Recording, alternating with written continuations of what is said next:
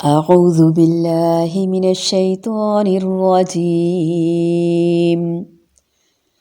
لا يحب الله الجهر بالسوء من القول إلا من ظلم وكان الله سميعا عليما.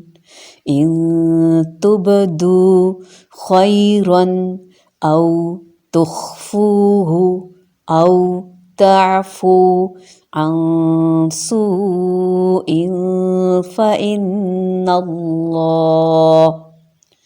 فإن الله كان عفوا قديرا. لا يحب الله الجهر بالسوء من القول إلا من ظلم وكان الله سميعا عليما. إن تبدوا خيرا أو تخفوه أو تعفوا عن سوء فإن اللہ کان عفوا قدیرا.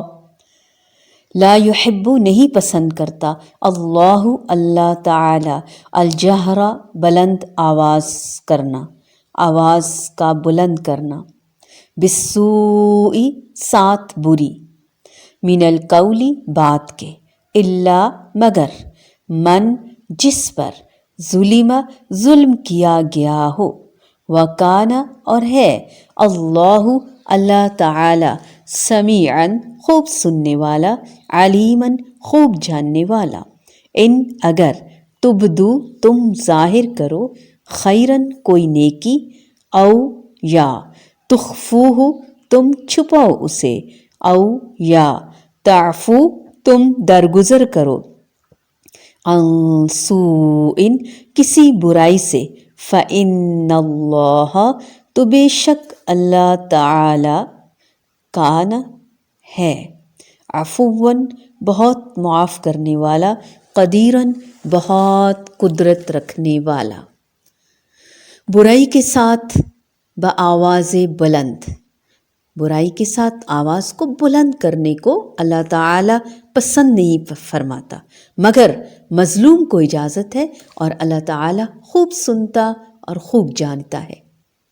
اگر تم کسی نیکی کو اعلانیہ کرو یا پوشیدہ، یا کسی برائی سے درگزر کرو، پس یقیناً اللہ تعالیٰ پوری معافی کرنے والا اور پوری قدرت رکھنے والا ہے.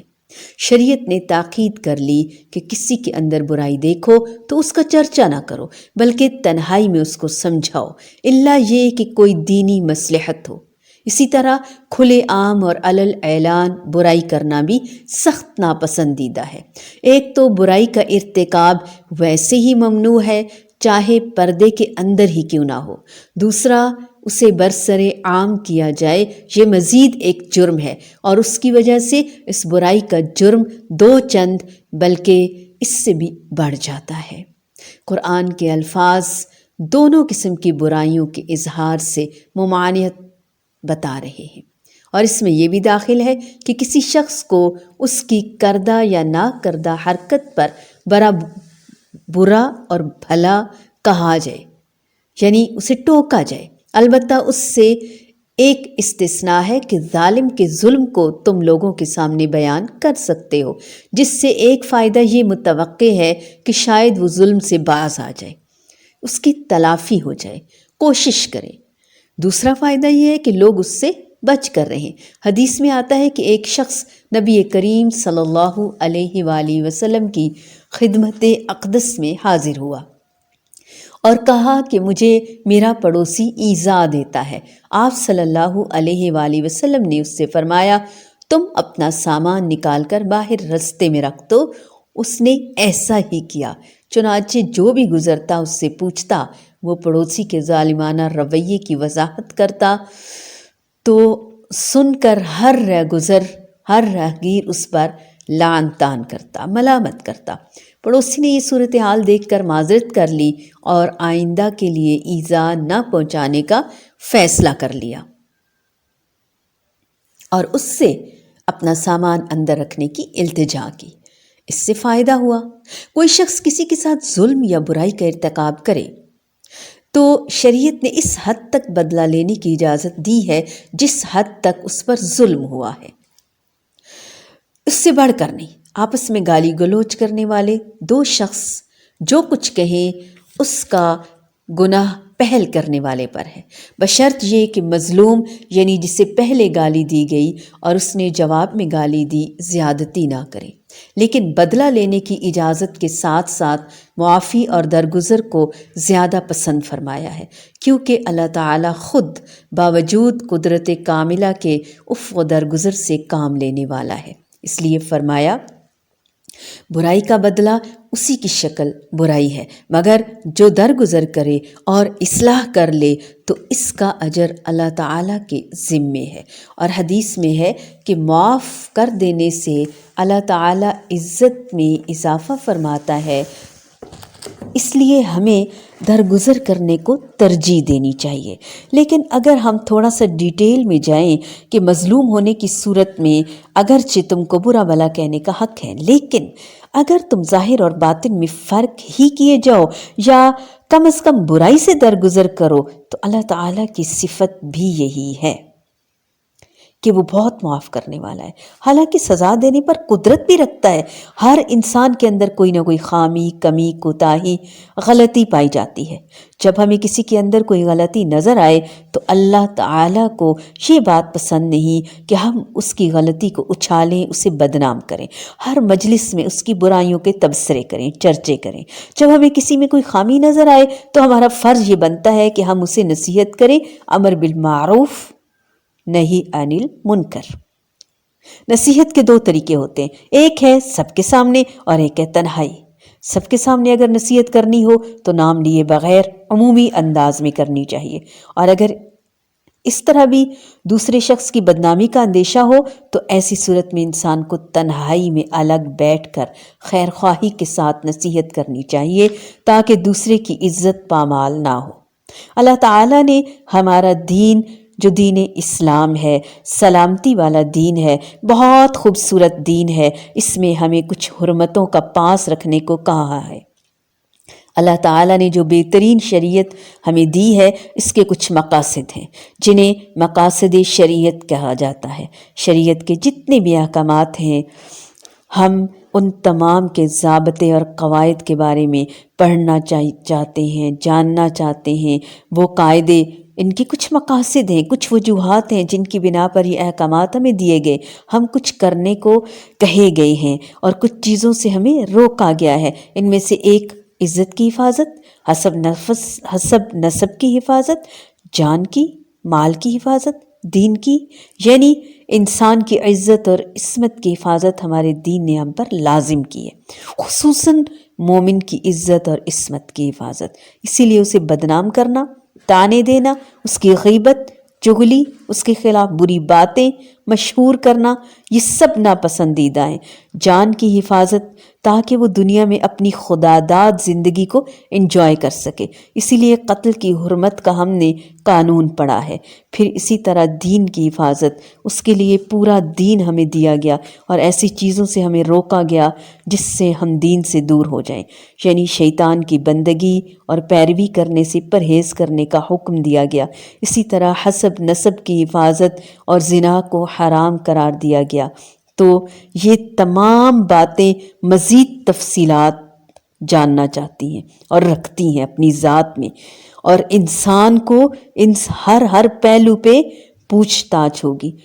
خلاصتاً یہ کہیں گے کہ اللہ تعالیٰ نے جتنی بھی حرمتوں کی پابندی ہم پر رکھی ہے وہ دراصل ہمارے فائدے کے لیے ہے، اور انہی حرمتوں میں سے ایک حرمت اللہ کے بندوں کی عزت اور عصمت کی حفاظت، اور پھر یہ بھی کہ اللہ تعالیٰ بندوں کو دن رات معاف کرتا رہتا ہے۔ تو بندوں سے بھی وہ پسند کرتا ہے، وہ کیا چاہتا ہے کہ بندے بھی ایک دوسرے کو معاف کر دیا کریں، کیونکہ بعض اوقات غلطی کسی کی ہوتی ہے اور کسی کے ساتھ وہ شخص زیادتی کر رہا ہوتا ہے، لیکن بعض اوقات وہ شخص آپ کے ساتھ زیادتی کر رہا ہوتا ہے۔ اس صورت میں معاف کرنا اور بھی مشکل ہوتا ہے۔